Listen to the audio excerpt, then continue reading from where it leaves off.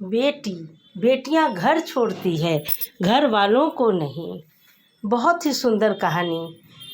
खिड़की के पास खड़ी नेहा सोच रही थी, भाई दूज आने वाली है, पर इस बार न तो माँ ने फ़ोन करके भैया के आने की बात कही और ना ही मुझे आने को बोला। ऐसा कैसे हो सकता है? हे भगवान, बस सब कुछ ठीक ठाक हो। अपनी सास से बोली, माँ जी, मुझे बहुत डर लग रहा है, पता नहीं क्या हो गया, मुझे लोग कैसे भूल गए इस बार। सास ने इजाज़त देते हुए कहा, कोई बात नहीं बेटा, तुम एक बार खुद जाकर देख आओ। सास की आज्ञा मिलने भर की देर थी। नेहा अपने पति के साथ मायके आ पहुंची, परंतु इस बार घर के अंदर कदम रखते ही उसे सब कुछ बदला बदला सा महसूस हुआ। पहले जहां उसे देखते ही माँ पिताजी के चेहरे खुशी से खिल उठते थे, इस बार उन पर परेशानी की झलक साफ दिखाई दे रही थी। पहले भाभी उसे देखते ही दौड़ी चली आती थी और प्यार से गले लगा लेती थी, पर इस बार दूर से ही एक हल्की सी मुस्कान दे डाली। भैया भी ज़्यादा खुश नहीं दिखे। नेहा ने जैसे तैसे एक रात बिताई, परंतु अगले दिन जैसे ही उसके पति उसे मायके छोड़ वापस गए, उसने अपनी माँ से बात की। तब उन्होंने बताया, इस बार भैया का काम बिल्कुल बंद हो गया है, ऊपर से और भी समस्याएं हैं। बस इसी वजह से तेरे भैया को तेरे घर भी न भेज सकी। नेहा बोली, कोई बात नहीं माँ, ये मुश्किल दिन भी जल्दी ही निकल जाएंगे, आप चिंता मत करो। शाम को भैया भाभी आपस में बात कर रहे थे, जो नेहा ने सुन ली। भैया बोल रहे थे, पहले ही घर चलाना इतना मुश्किल हो रहा था, ऊपर से बेटे की फीस, परसों भाई दूज है, नेहा को भी तो कुछ देना ही पड़ेगा ना। भाभी बोली, कोई बात नहीं, आप चिंता न करें, ये मेरी चूड़ियाँ पुरानी हो गई है, इन्हें बेचकर जो पैसे आएंगे उससे नेहा को त्योहार भी दे देंगे और बेटे की कॉलेज की फीस भी भर देंगे। नेहा को यह सब सुनकर बहुत बुरा लगा। भैया भाभी ये क्या बातें कर रहे हैं? क्या मैं यहाँ उनको तंग करके कुछ लेने के लिए ही आती हूँ? वो अपने कमरे में आ गई। तभी उसे याद आया कि शादी से कुछ समय पहले जब वह नौकरी करती थी, तो उसने बड़े शौक से अपनी पहली तनख्वाह लाकर पापा को दी थी।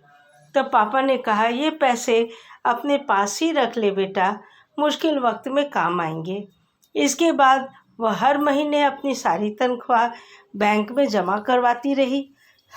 शादी के बाद जब भी मायके आई तो माँ ने उसे पैसे निकलवाने को कहा, पर नेहा हर बार यह कह देती कि मुझे तो अभी इसकी ज़रूरत नहीं है, पर आज उन पैसों की उसके परिवार को ज़रूरत है। वह अगले दिन ही सुबह अपने भतीजे को साथ लेकर बैंक गई और सारे पैसे निकलवा कर पहले भतीजे की कॉलेज की फ़ीस जमा की और फिर घर का बहुत सारा ज़रूरी सामान खरीद कर घर वापस आ गई। अगले दिन जब भैया का टिका किया तो भैया ने भरी आंखों से उसके हाथ 100 का नोट रखा।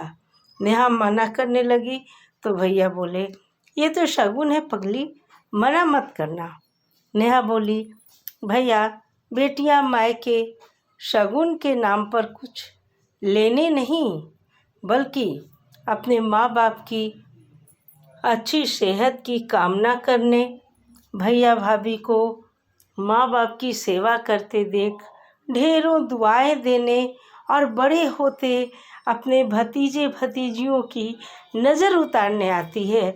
जितनी बार मायके की दहलीज पार करती है, ईश्वर से उस दहलीज की सलामती की दुआएं भी मांगती है। जब मुझे देख माँ पापा के चेहरे पर रौनक आ जाती है, आप भाभी दौड़कर गले लगाती हैं, मुझे मेरा शगुन मिल जाता है। अगले दिन नेहा ने मायके से विदा लेकर ससुराल जाने के लिए जैसे ही दहलीज के पार कदम रखा, भैया का फ़ोन बज उठा। उन्हें अपने व्यापार के लिए बहुत बड़ा ऑर्डर मिला था। वे सोचने लगे, सचमुच बहन बेटियां मायके कुछ लेने नहीं बल्कि अपनी बेशकीमती दुआएं देने आती हैं। जब वे घर की दहलीज पार कर अंदर आती हैं तो बरकत भी अपने आप भीतर चली आती है। हर बहन बेटी के दिल की तमन्ना होती है कि उसका मायका हमेशा खुशहाल रहे और तरक्की करे। मायके की खुशहाली देख उसके अंदर एक अलग ही ताकत भर जाती है, जिससे उसके अपने जीवन में पेश आने वाली मुश्किलों का वो डटकर सामना कर पाती है। भैया की आंखों से खुशी के आंसू बहने लगे। धन्यवाद। इस तरह की कहानियों के लिए आप चैनल को सब्सक्राइब करना नहीं भूलें। Thank you.